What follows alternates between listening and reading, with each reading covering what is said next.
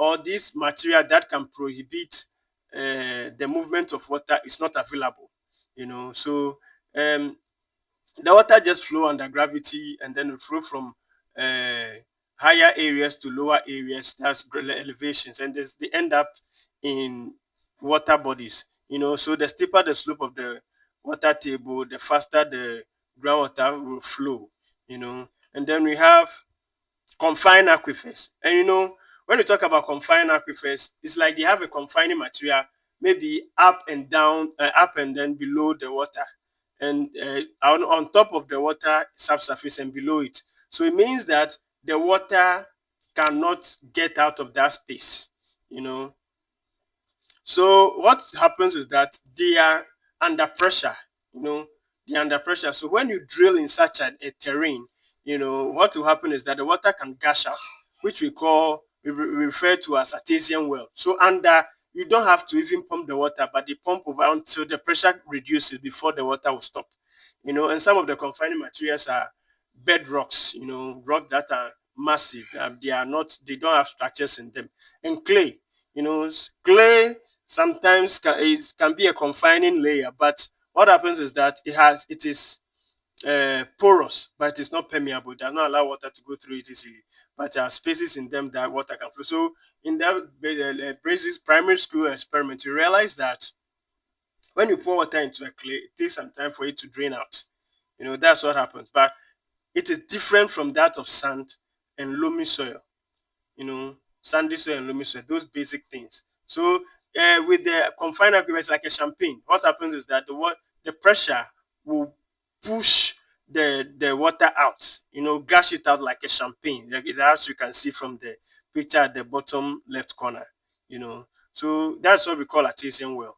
And yeah, so when we drill a well, so water basically will like to form equilibrium. So the level has to be uniform across board, a subsurface, or even everywhere.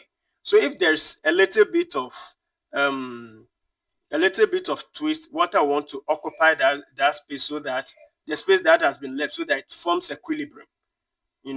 So when we drill a well into the aquifer, and then we start pumping, the surface of the water becomes curvy in nature, because the surrounding water wants to get into the well, so that it gets to its normal or the new level that it wants to be. So that curvy nature is what we call cone of depression, as we can see in the picture.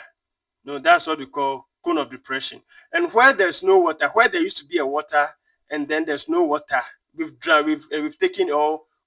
drawn water from that area, and then that area or the soil is dry. It's where we call area of influence, because the water used to be there and the water is no more there. So that's where the influence has occurred.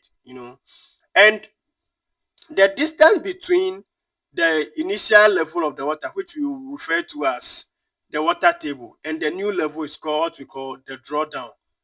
We call it the drawdown level. So you can see that from the picture below. Now, when the water is not, there's no borehole and there's no discharge. You see it in picture A at the right hand of the screen, that the water flows, and then it's like the groundwater is divided at almost the exact middle part of it. And some goes into the stream, some goes into the lake as a result of capillary rise. When at the hill, you see that there's rainfall or precipitation, and then the water goes through the subsurface and all that. As a result of capillary rise, the water goes to the stream and all that. So you see that everything is uniform, and then the water table also take the shape of the earth and all that. But when it comes to picture B, where we have a well which is pumping at a very high capacity, you see that everything changes. The water table diminishes, and then water actually moves from the lake to the earth, because there's so much water being drawn from the well, and it wants to take the same level. So you see that even the shape of the water table changes. The groundwater divided area, you see that the point has drifted from the initial position and all that. So many changes happen because we are drilling, we are taking water from the what? From the earth. And as I mentioned, water wants to form equilibrium. It wants to take the same level. But because of the water that we are discharging, it has changed all those dynamics. And sometimes even the direction of flow. Initially, it used to be from the groundwater to the lake. Now it is moving from the lake to the groundwater system. So all this thing happens. And when we are doing this, as I mentioned, there's change in flow pattern. There's change in flow pattern and all that. You can see it as where the division is. The subsurface water divides, and you can see that, and the groundwater surface too. You see that initially it used to be the surface water divide and then groundwater divide. They used to be in alignment. But as a result of the pumping, it has drifted from its initial position. So you see that water used to flow from the lake, as I mentioned. Now it is from the groundwater to the lake. Now it is the rivers that's happening. So this could lead to what? Changes in water quality, and it is very true. So let's say that um, you have a well in your house, and then you are disposing of something, some contaminant.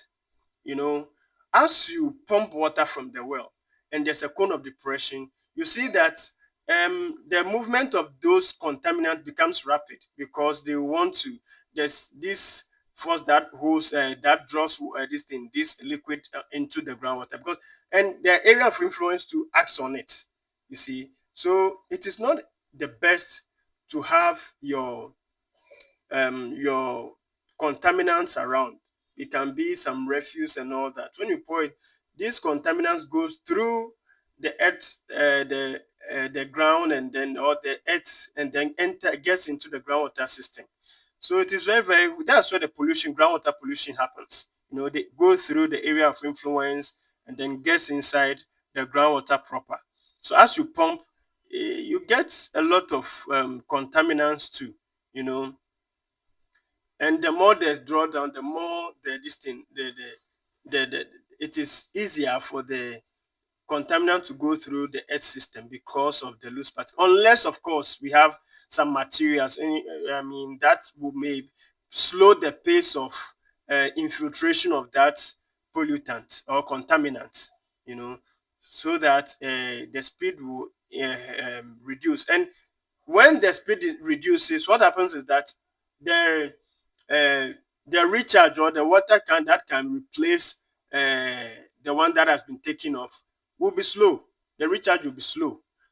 But if it is a fecal matter or some microbial contaminants, they may die along because they don't take that. Some don't take much time to die. The microbial or this microbial um, the microbes, they don't take much. Some don't take much, but some too can last for a very long time.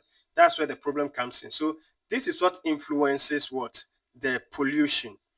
This is what influences the pollution. So you have to take notice of that. That's why septic tank positions, or where we have to put up our septic tank, is very, very crucial in groundwater management. Because the little thing you do, that one, you even put it, you even dig a hole in the earth. So get it, there's this uh, effluent coming from your septic tank getting into the earth, air system, or the liquid from your poo poo or your fecal matter going through the earth is very, very simple, and get it to pollute the groundwater is very, very easier. So you have to take this thing notice of that. Now, these are some of the things that we have to keep in mind. Some things that are susceptible to groundwater. Unconfined aquifers with no cover uh, dense material are susceptible to contamination. Yes, because there's no barrier to prevent the inflow or the infiltration of these contaminants. It is easier for unconfined aquifers to be polluted.